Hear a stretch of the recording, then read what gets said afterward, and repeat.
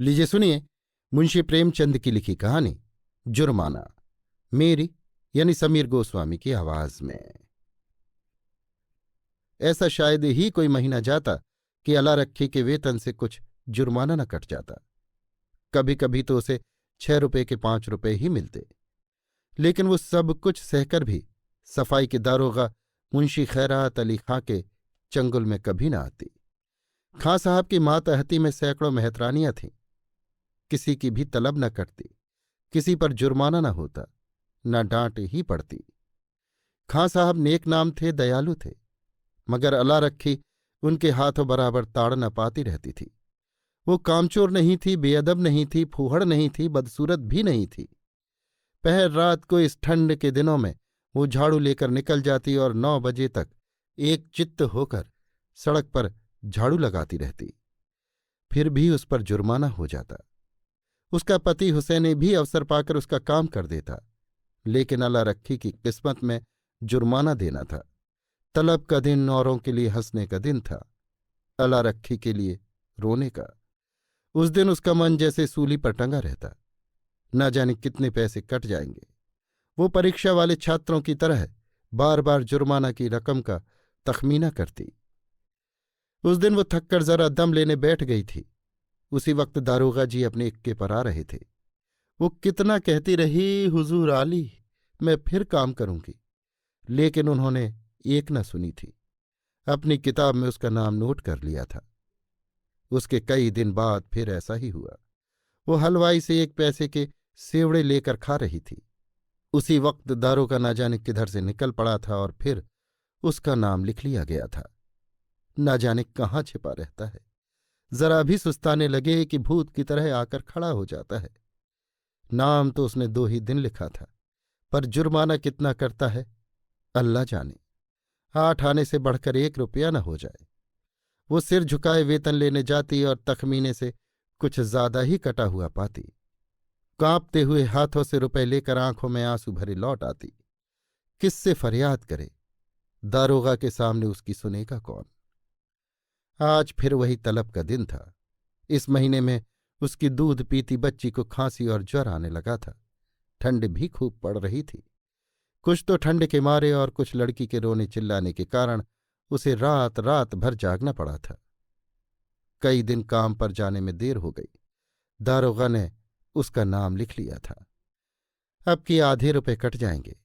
आधे भी मिल जाएं तो गनीमत है। कौन जाने कितना कटा है।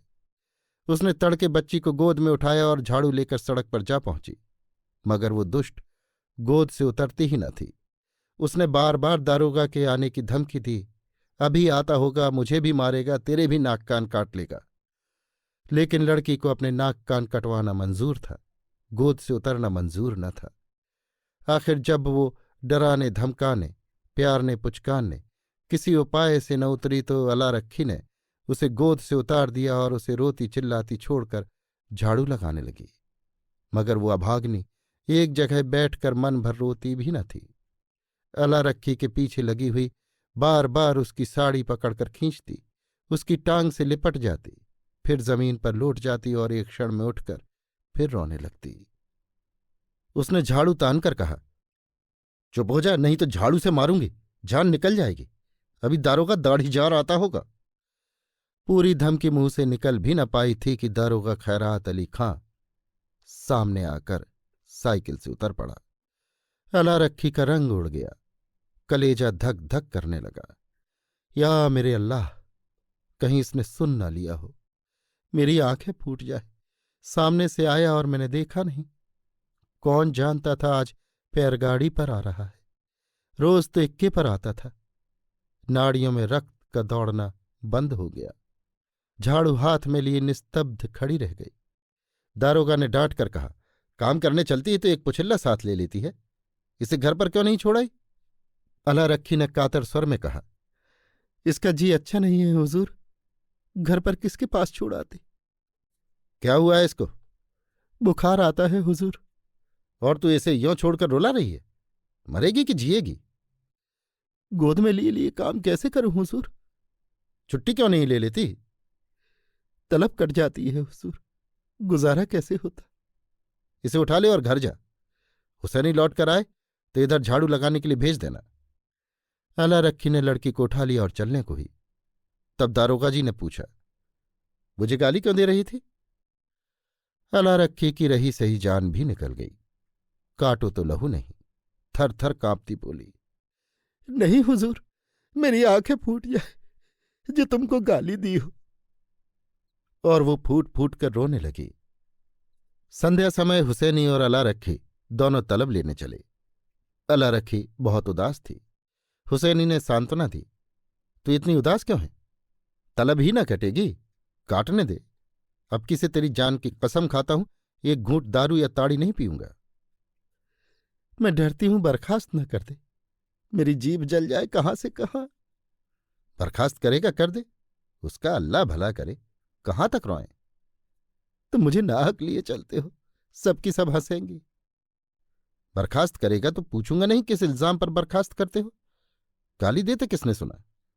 कोई अंधेर है जिसे चाहे बर्खास्त कर दे। और कहीं सुनवाई न हुई तो पंचों से फरियाद करूंगा, चौधरी के दरवाजे पर सर पटक दूंगा। ऐसी ही एकता होती तो दारोगा इतना जरिमाना करने पाता? जितना बड़ा रोग होता है उतनी दवा होती है पगली। फिर भी अला रखी का मन शांत न हुआ। मुख पर विषाद का धुआं सा छाया हुआ था। दारोगा क्यों गाली सुनकर भी बिगड़ा नहीं, उसी वक्त उसने क्यों नहीं बर्खास्त कर दिया, ये उसकी समझ में न आता था। वो कुछ दयालु भी मालूम होता था। उसका रहस्य वो न समझ पाती थी। और जो चीज हमारी समझ में नहीं आती उसी से हम डरते हैं। केवल जुर्माना करना होता तो उसने किताब पर उसका नाम लिखा होता। उसको निकाल बाहर करने का निश्चय कर चुका है, तभी दयालु हो गया था।